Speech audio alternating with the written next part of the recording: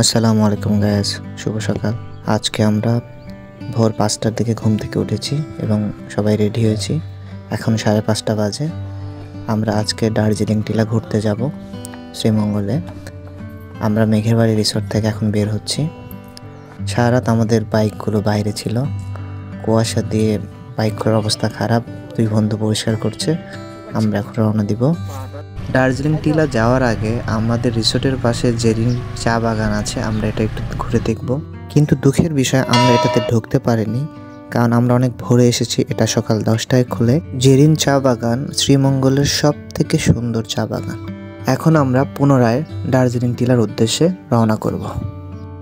দার্জিলিং টিলা সম্পর্কে কিছু তথ্য জেনে নেওয়া যাক, চলুন। মৌলভীবাজারের শ্রীমঙ্গলে সবুজ বেষ্টিত দার্জিলিং টিলা।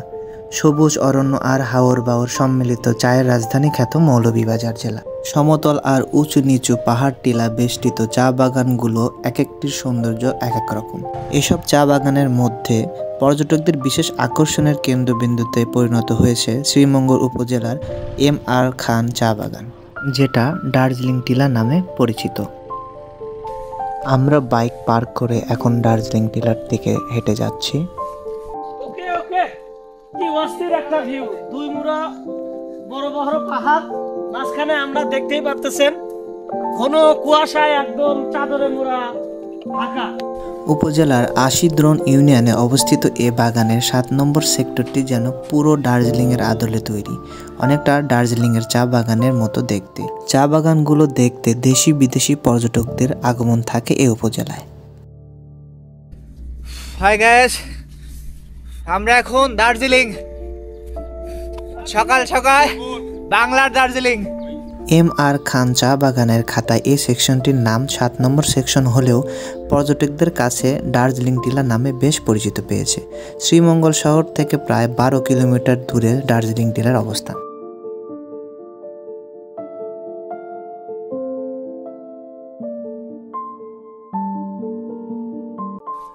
গাইস, আমরা এখন দার্জিলিং টিলার ভেতর হাঁটছি। দুইজন চা কর্মীর সাথে কথা বলছে, বন্ধু জীবন। আসলে চা কর্মীদের জীবন সম্পর্কে কি বলবো, খুবই কষ্টদায়ক। আগে ছিল 120 টাকা, এখন মেবি পার ডে 170 টাকা দেয়। সেই কথাগুলো জীবন শুনছে। আর কি বলবো, এই টাকা দিয়ে আসলে সংসার চালানো খুবই কষ্ট। যদিও আমাদের ভিডিও ফুটেজে দেখতে জিনিসগুলো অনেক সুন্দর লাগে, তারা কাজ করছে, বাট আসলে তাদের জীবন সম্পর্কে জানলে আসলে খুবই খারাপ লাগে।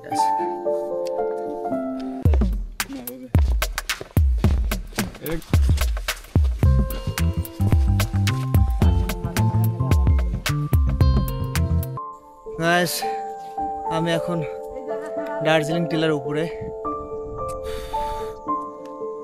অনেকটা পথ হাঁটতে হয়েছে, সো অনেক টায়ার্ড আমি।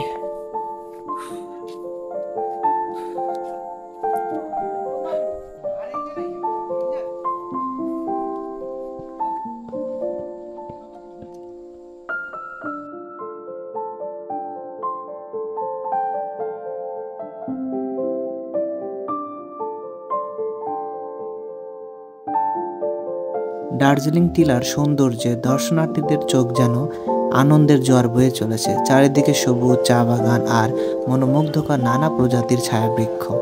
দৃষ্টি যত দূর যায় সবুজ আর সবুজ। আসসালামু আলাইকুম, আমি মামুন খান আছি আপনাদের সাথে।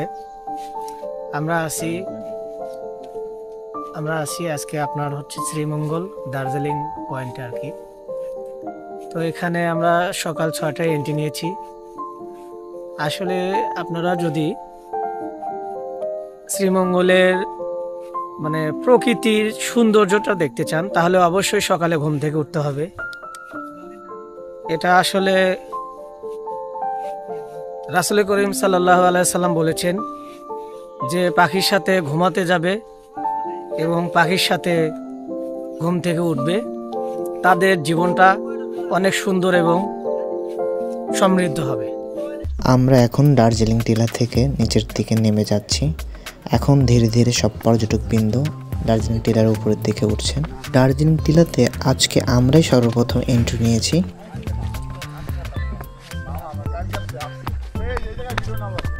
ভাইজান কোথায় আসতেছেন? আলহামদুলিল্লাহ ভাই। এখন প্রায় সকাল 9টা বাজে। ধীরে ধীরে সকল চা কর্মীগণ তাদের কাজের জায়গায় আসছেন। মামা আইলে আইছি মামা আইছি গেল আমাদের মানুষ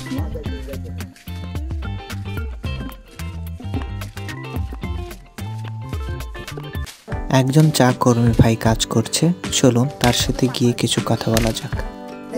ওই যেটার মাঝখানে ইয়ে হয়ে গেছে না, ওগুলা তার আসবে না, যেগুলো একদম ফ্রেশ আছে ওগুলা তো বুঝতে পারছি।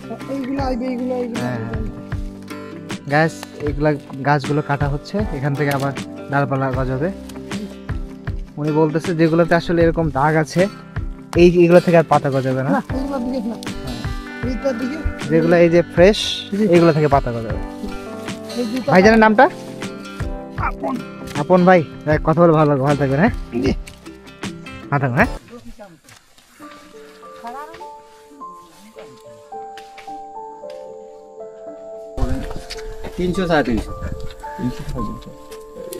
ফসলের করে 300 জন দিয়ে হয় যে না, এত বড় জমিতে 600 জন দিয়ে 300 জন দিয়ে হয় কোনো রকম।